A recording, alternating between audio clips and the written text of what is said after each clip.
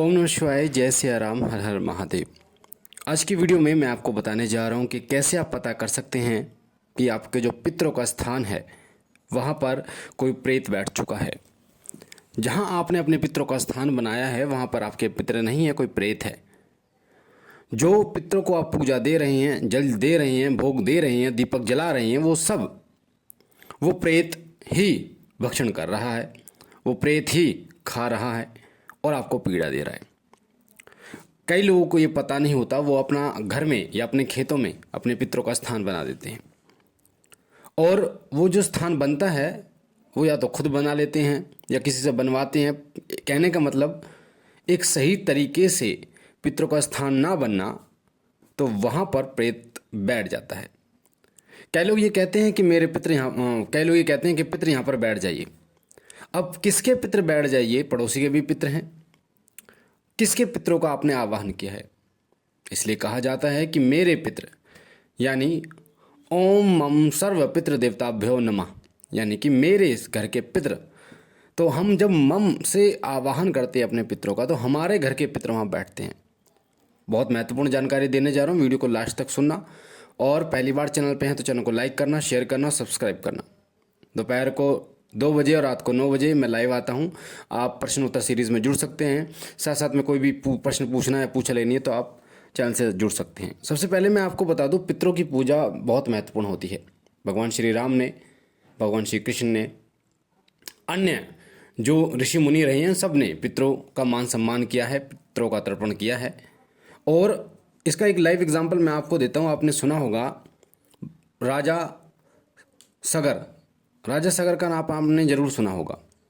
राजा सगर के 60,000 पुत्र थे और जब उन्होंने अश्वमेध यज्ञ किया था तो घोड़ा छोड़ा जाता है ना, जब अश्वमेध यज्ञ किया जाता, जैसे प्रभु श्री राम ने भी अश्वमेध यज्ञ किया था, जो लवकुश ने वो घोड़ा पकड़ लिया था, भगवान लवकुश ने, उसी तरीके से राजा सगर ने अश्वमेध यज्ञ किया था। अश्व का मतलब होता है घोड़ा और मेघ का मतलब होता है विजय, यानी कि विजय का घोड़ा, यानी विजय का प्रतीक। जहाँ जहाँ तक वो घोड़ा जाएगा वो भूमि उनकी हो जाएगी, उस राजा की हो जाएगी, वरना उन्हें युद्ध करना पड़ेगा।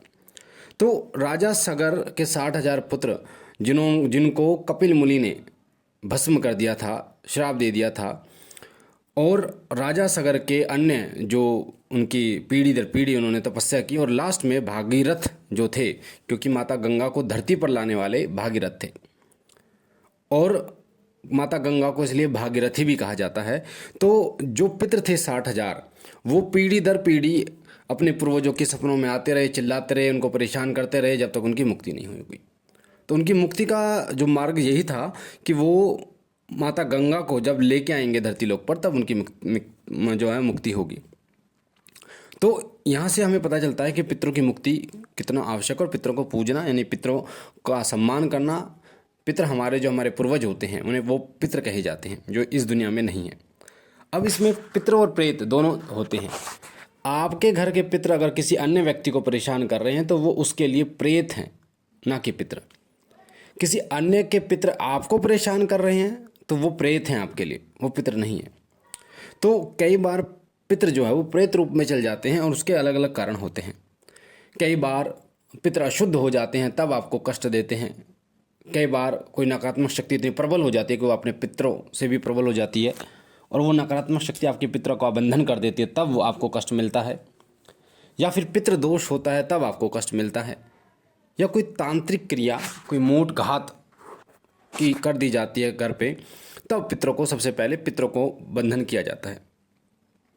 तो ये सब जो मैंने आपको कष्ट वाले जो बात बताई, ये सब पितरों की वजह से आपको बताई है कि पितर जब प्रेत योनि में होते हैं या प्रेत रूप धारण कर लेते हैं तब वो आपको कष्ट देते हैं। तो पितृदोष के कारण, या कई बार तो ऐसा होता कि कई पीढ़ियों से पितृदोष कई घर में चल रहा है, यानी 2 पीढ़ी, 3 पीढ़ी, 4 पीढ़ी से पितृदोष घर में चल रहा है और लोगों को पता ही नहीं होता। लोग अलग अलग जगह पर एस्ट्रोलॉजर्स के पास जा रहे हैं, भक्तों के पास जा रहे हैं, पर उनको ये पता ही नहीं है कि उनके पितरों को अगर वो मना लें तो उनकी सारी समस्याओं का हल हो जाए। तो कई लोग पितरों के बारे में जानते हैं। हमने भी पितरों के विषय में बहुत सारी जानकारी आपको दी है कि पितरों का स्थान कैसे बनाएं, पितरों को कैसे मनाएं, पितरों का अमावस्या कैसे निकालें, पितरों का भोग कैसे लगाएं। पितरों को प्रसन्न कैसे करें, पितरों को शक्तिशाली कैसे बनाएं, ये सब जानकारियाँ शिव कृपा चैनल और शिव साधना केंद्र चैनल दोनों पर हैं, जो कि हमारे ही चैनल है। अब ये जो पितृ रुष्ट हो जाते हैं या कष्ट देते हैं, कई बार आप कुछ ऐसी चीज़ बोल देते हो पितरों के विषय में कि हे पितृ भगवान, हमारे घर का ये कार्य हो जाएगा तो हम आपके लिए ये करेंगे, नहीं करते तब भी दिक्कत आती है। तो पितरों के जो अधिपति हैं यानी पितृलोक के जो राजा हैं आर्यमन, जैसे स्वर्ग के राजा इंद्र हैं, देवों के राजा इंद्र कहे जाते हैं ना, उसी तरीके से पितरों का जो आधिपत्य है वो है आर्यमन पर। भगवान शिव ने जो पितृलोक के स्वामी बनाया है वो आर्यमन को बनाया है।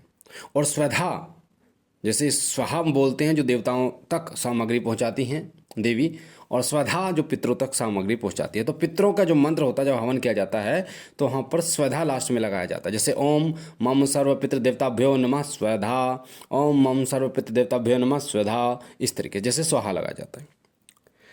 तो कैसे बैठ जाते हैं पितृ, कैसे बैठ जाते हैं पितृ? जब प्रेत रूप में, मतलब पितृ के स्थान पर प्रेत जब बैठ जाता है, या तो पितरों की स्थापना सही नहीं हुई है और पितृ उस स्थान पर बैठे नहीं हैं तब। अब आप कैसे पता आपको लगेगा कि वहाँ पर कोई पितृ नहीं बैठा, प्रेत बैठा है?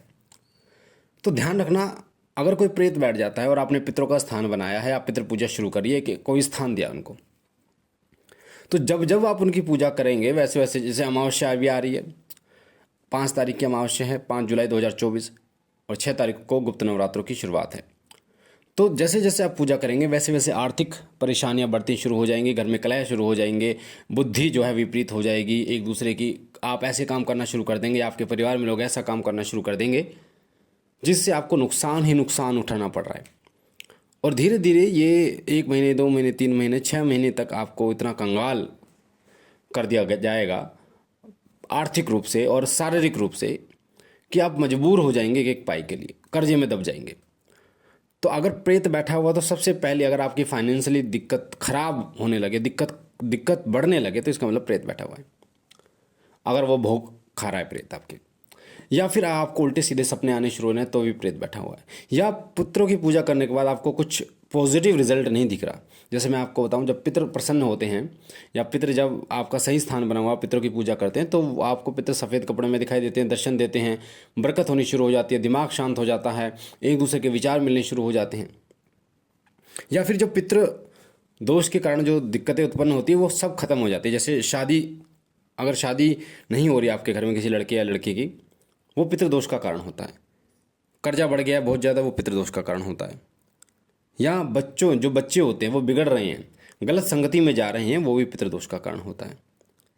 या संतान तो हो रही हैं पर लड़कियां हो रही हैं, लड़का नहीं हो रहा जो वंश को आगे बढ़ा सके, ये सब पितृदोष का कारण होता है।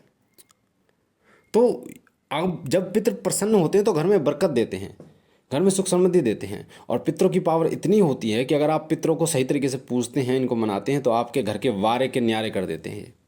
मैंने खुद देखा है, वारे के न्यारे आपके घर के कर देते हैं, आपको फर्श से लेकर अर्श तक लेके चला जाते हैं। मैं पितरों की बात कर रहा हूँ, अभी किसी देवता की बात नहीं कर रहा, ना किसी इष्ट देव की, ना कुल देवी, ना कुल देवता की। सबसे पहले पितर आते हैं आपके। तो ये मैंने आपको जो बताया कि आप कैसे जान सकते हैं प्रेत बैठा है, पितर बैठा, तो इस चीज़ का ध्यान रखिए। और मैंने शिव कृपा चैनल पर आपको बता रखा है कि अगर आप 1 लोटा जल, उसमें थोड़े अक्षत, 1 बताशा, थोड़ा सा गंगा जल और थोड़ा सा कच्चा दूध डालकर बाबा भोलेनाथ को स्नान कराते हैं, ओम मम सर्व पितृ देवता भ्यो नमः, तो आपके पितृ धीरे धीरे बंधन मुक्त है तो बंधन मुक्त होने शुरू हो जाते हैं।